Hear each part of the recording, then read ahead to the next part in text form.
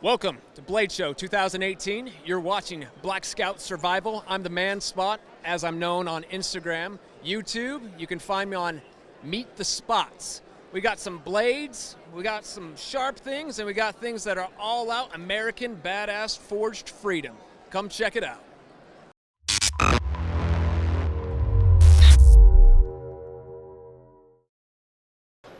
What's going on, guys? Black Scout Survival. I'm here with the world famous Joe Flowers, Hey, Condor nice booth. to see you, man. Joe's got a few new things he wants to show us. Go ahead, Joe. Man, all of this whole area over here is new. So we have a lot of different things from a lot of different designers. Something I'm excited about, that the Beauty of That Blade show, and you're gonna be the first YouTuber to see this and put it on YouTube. This is a Condor Pterosaur. Now this was designed in 2009 with a couple of custom knife makers, and I really wanted to bring it to the a market as a production model, but we didn't want to mess with the custom makers and their beautiful Marcaida versions and things like that. Dan Eastland of Dogwood Custom Knives and Fiddleback Forge have custom versions. So how do you do it to where you don't compete with them? You make an indestructible plastic handled version. So that's the Pterosaur, $10.95, reversible inside the sheath, full tang, $40 MSRP. That's awesome. It looks good. It looks good. Sharpened spine. Yeah, Is sharpened that like spine. a black wash type finish? Yeah, it's like an oil, baked on oil finish. Nice. It's coming in 3 different colors too. And hopefully orange in 2019 too. That'd be good. But this is our first time we're doing injection molded sheaths. We did a fishing sheath style, and we're really happy on how it turned out. So that's new and shipping in August. Something that I've gotten questions about like every 5 minutes is the Otzi. This was designed by a mummy. Yeah, the Iceman. Yeah, and this is really popular this year. It has a flint finish and a leather style sheath, and everybody seems to like it because it's a little bit different looking. And I'll play with it back in the sheath when YouTube isn't going on. So something pretty cool from Matt Graham this year is a Mondo, and that's this knife. It's one of his. It's like his normal primitive knife, but he's got more of a sweep to it, so it's a little bit better chopper. A little bit good for fine carving and things along that size. We have spoon knives. This amalgam. That looks cool. I like yeah, that. Man, hold on to that. You should probably. That's good. Yeah. Like, you pick up a knife and it may look ugly, but I picked it up and I was like, ooh. Started throwing it. We started chopping with it. It's when a kukri meets a parang, and magic happens. I mean, I can see, background in Filipino martial arts. This is awesome. Well, and I don't have a background in Filipino martial arts, but it does have a Filipino kind of sweep to it. And those guys are smart, man. They know that when you have it choked up here, you can do really fine work, and all of that weight forward you can chop with. So it's pretty universal. Yeah, and new this year we have Walter Matthews, who is a new designer, and come over here and talk about the Toki. So this is Walter. He's Walter. This is the Toki, yeah. There we go. So this is a Toki knife. The name comes from Chile, where I am from, by the way. It's a really thick blade, 5 millimeters. What is 5? Which one is 5 millimeters? About a fourth of an inch thick. Also really thick, great for batoning and chopping.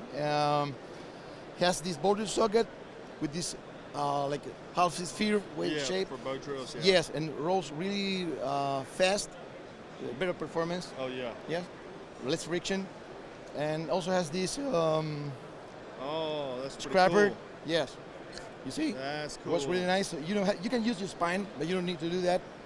And well, that's the other model, the Selknam here.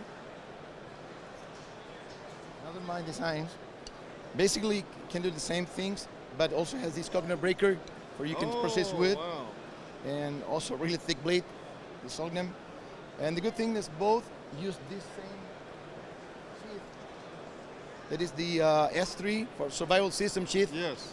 So it's like they make a good team with the knives. Yes. Both knives.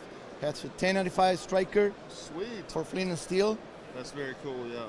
This pocket that you can store your Survival flint gear or and stuff, actually a mini Altoid box with the char cloth So you make fits the char cloth, perfectly. And you can store a lot of cordage here. Oh, that's pretty and unique. with a dangler, yes. Very cool. Well, good deal. You know what? Altoid boxes are useful for so many different Yes. things. Yeah. You can put your hemorrhoid medicine in the Altoid box and have 2 different oids taken care of. We have a lot of other new options this year.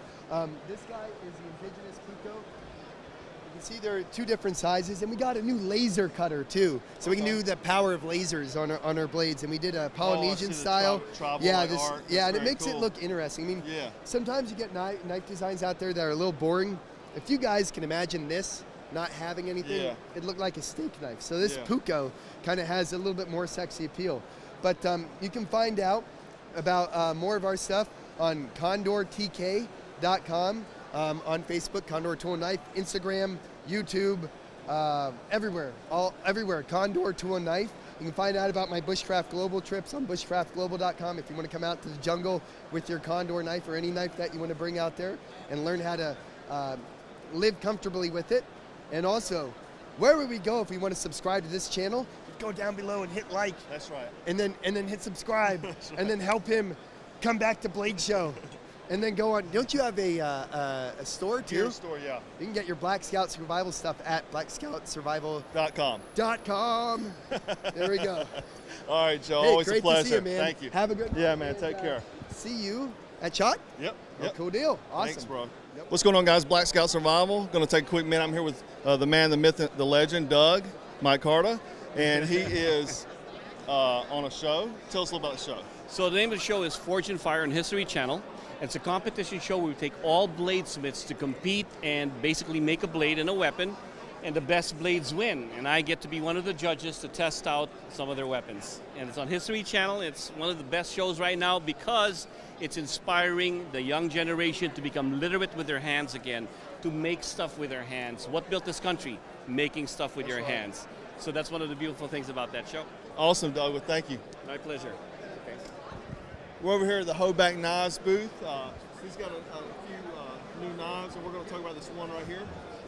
It's a Tradecraft, our out the side automatic. It's a new knife. Just finished it up and brought the first few to the show. The rest of them are available at one of our dealers called PVK. And it's a 3 1/4 inch blade, titanium frame, CTS XHP blade steel. It runs on a hybrid bearing system. It's a half cage bearing and a half bronze phosphorus bearing system.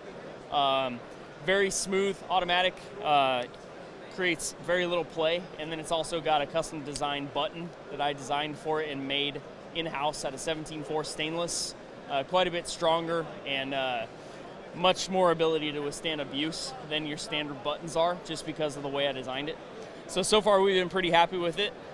We've sold a great deal of these already, and yeah, that's about it. We're Jake, really excited for them. real quick, what is this on the back of the blade right here? Kind of my take on a swedge. You know, mostly it was to lighten it up. A lot of the time, you know, we do a lot of like larger blades and stuff like that, so I'm always looking for interesting ways to lighten up the blades and stuff like that. So we add the swedge at the top, gave it a bit of a good unique look, and gives us an ability to remove some more material off the blade and make it lighter without reducing the strength. Good deal. Well, thank you, Jake, for taking the time, and also look at knife.